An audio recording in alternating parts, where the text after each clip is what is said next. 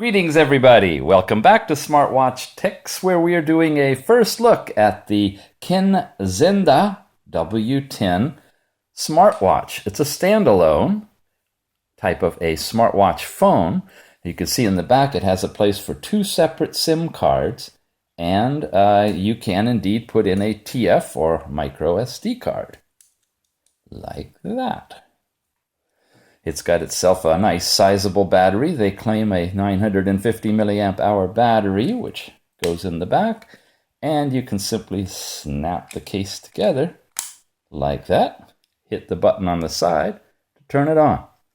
So while we take a look at it, you have volume buttons, what looks like a camera right here. You have three capacitive buttons at the bottom. And on this side, we have the charging port with a microphone. Okay, what else can it do? Well, it can do this. It has an illuminated touch screen with a joystick kind of an operation here, where, as you can see, I can move around and I can change the date. Say okay. I can change the time. I can do all of those things.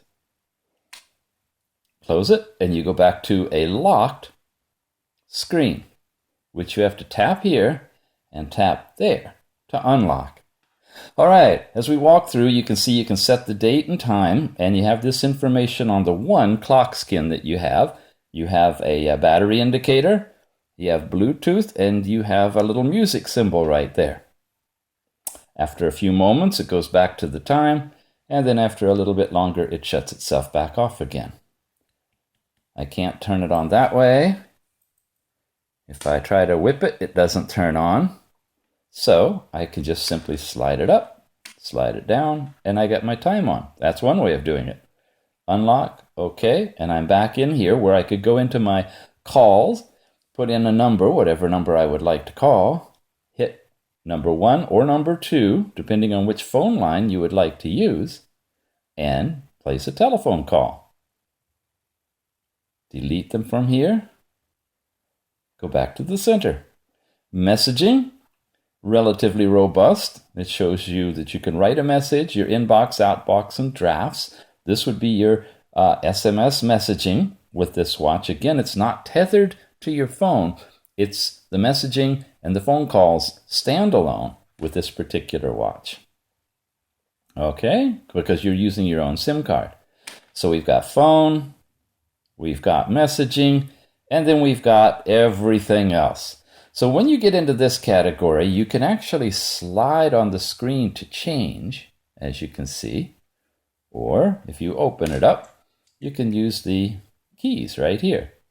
So as way of a first look, let's just take a quick look at all of these. Your contacts would be, of course, the contacts that you have for your phones and messaging, separated into categories. That's option. You can then go down to your messages, which is what we saw already when you tap messages from the screen. Right? We can go into multimedia. When we hit play, now we get into some interesting stuff. You remember on the side of this, we have a camera. Guess closing it takes me all the way out of that. When we tap on the camera, we now have a camera illuminated at whatever we're looking at. And there is the box. That's the box we had earlier. There we go. It's upside down.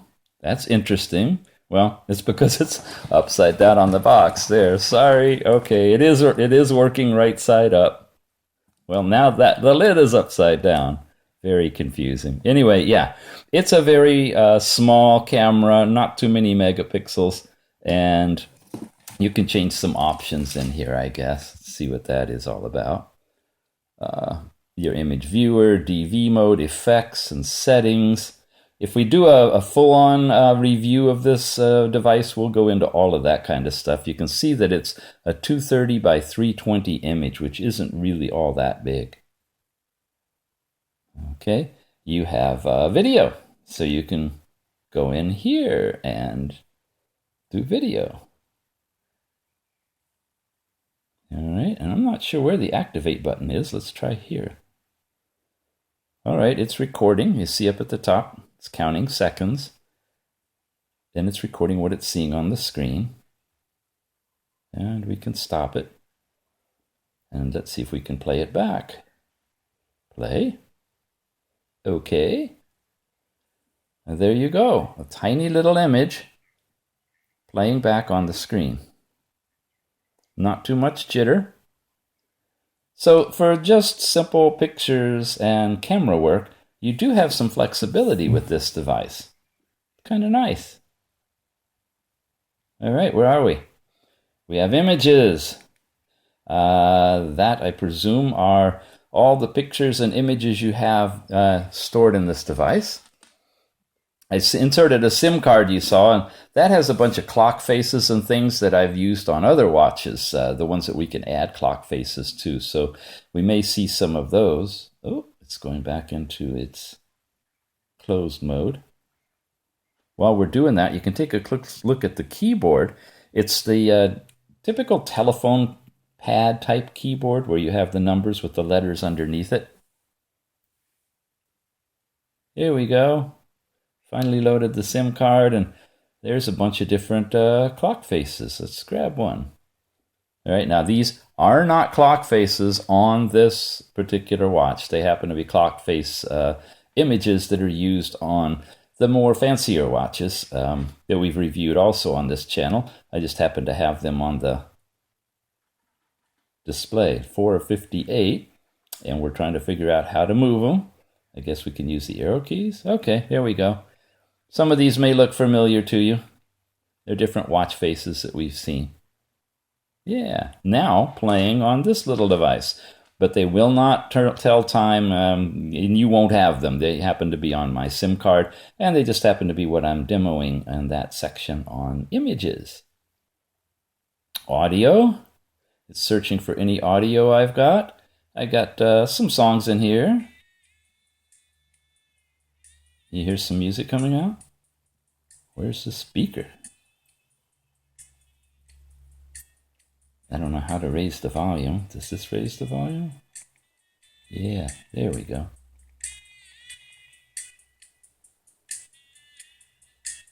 Very soft. However, it is playing, even at full volume. We do have a Bluetooth speaker, however. When we get to the Bluetooth section, you can set this up so that it will stream that music and your phone calls directly to the included Bluetooth speaker. And it's still playing with the case closed, but it is extremely soft. I have it up full volume right now. I don't even know if you're picking it up on the microphone. Okay, let's move on. We are in audio, as I recall, going through these different possibilities. We'll go back into audio and pause. Come back out of that, and is that the last one? Nope, we have MP4, which I guess is playing MP4 videos, if you have any of those installed. Searching. It's found my little 9-second clip that we recorded ourselves on here. You can hear me talking. And I guess if you install any other MP4s, you'd be able to view those on the watch as well. The phone section we've already gone into from the main screen. The zip folder is where we set some of this stuff up. With the internet option, you can do internet or Facebook. So it looks like it supports Facebook directly on the watch. Now, all of this, of course, is going to mean that you need to have some sort of a data plan happening with this watch as well in order to get into all of this stuff. But you do have, it appears to be some sort of a browser capability and some sort of a Facebook capability. Dial failed. Okay, there's the Facebook. And of course, I'm not connected to the internet. This does not do Wi-Fi. I don't have a SIM in it. And if I did, I'd have to have a data plan on it. So we're just doing a walkthrough of what the watch looks like it could do, okay? Close the page, okay. And back again. I really like having these capacitive buttons. Those are nice on the bottom of the screen. The next one down, Bluetooth, is where we can actually connect and pair the device. Now, what I found interesting, because I tried this earlier, I simply turn it on. Now, usually you have to turn these things on, and then they have to identify themselves with the unit, and then you got to pair them up directly. Well, this one is already pre-linked to this device. So once we do this, it should just automatically pair it up. Paired devices, connected. Now we are connected to the Bluetooth. Okay? Then you have an alarm capability. You can set a couple of alarms. I have a calendar. And we have, beyond that, a calculator where you can put in numbers off of the keypad and do whatever you want to do on that. And do your math right on the calculator on your watch. So some basic functions are here. This is not one of those do-all kind of watches, but it does quite a bit. So that's the stuff in the zip. And let's go back for a second in here to the audio. Oh, these are profiles, the different profiles that you have. You have your normal sound, silent, indoor, or outdoor. Outdoor being the loudest, I guess. You can modify those with the sound. But what I was trying to do is get back here to our, wow. I wanted to go into the audio. Hello. Play. Audio. And play. Now we should have the music coming out of here. And it is. And I have no idea how to demo this for you. I think the microphone port is right there. If you're hearing it, it should be playing right now. But yes, it is. It is coming out of the Bluetooth speakers, so that's nice. And even after the unit turned itself off, it's still coming out of the speaker. Okay. We've got to get back in here to where we were. Oh, I'm going up. So down is going down that way. Play, audio, pause. Getting the feel for it. How about you? What else have we got? Back again. Okay, we looked at the profiles for audio, or the phone. We've done all that. And we've looked for at the audio profiles as well. All of the stuff in the zip folder.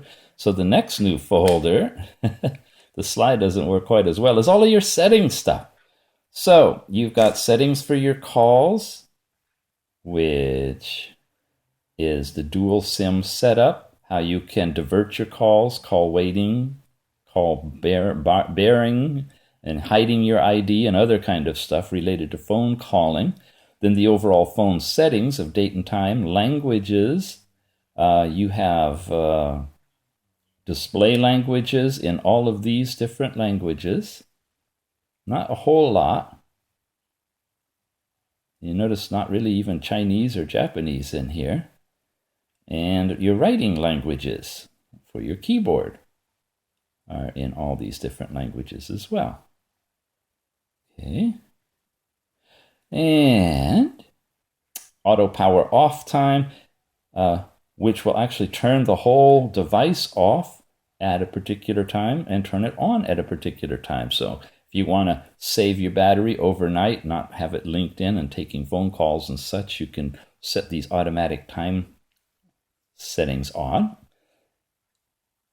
And then you have your slide operation, slide to open, slide to close, key lock on, parts of how I presume all of this part works as well. And unfortunately, you've got to go all the way back each time. So we got all that stuff in phone settings. Then we have display. You have a couple of different wallpapers. Your idle display setting, the contrast of the screen. The backlight's on for 15 seconds. I'm going to make that always on for right now. And the keyboard backlight you can have on for up to 20 seconds. So I've set those higher now so that it's not going to be timing out on us all the time. And then in security, you can enter a PIN. You can modify your PIN, phone lock, modify the cell phone password, turn on privacy, and there's where you input your password for all of that stuff, and auto-locking the screen after 15 seconds, I guess, and so forth. So guard lock, fixed styling, blacklist. It's a relatively robust little device with lots of features you don't even find on the bigger ones. Pretty surprising. My Files takes you into your card, your SD card, and whatever you've got in there, you can go into those different folders. I dropped a video in here. I don't know if it'll play. Let's see. Unsupported format.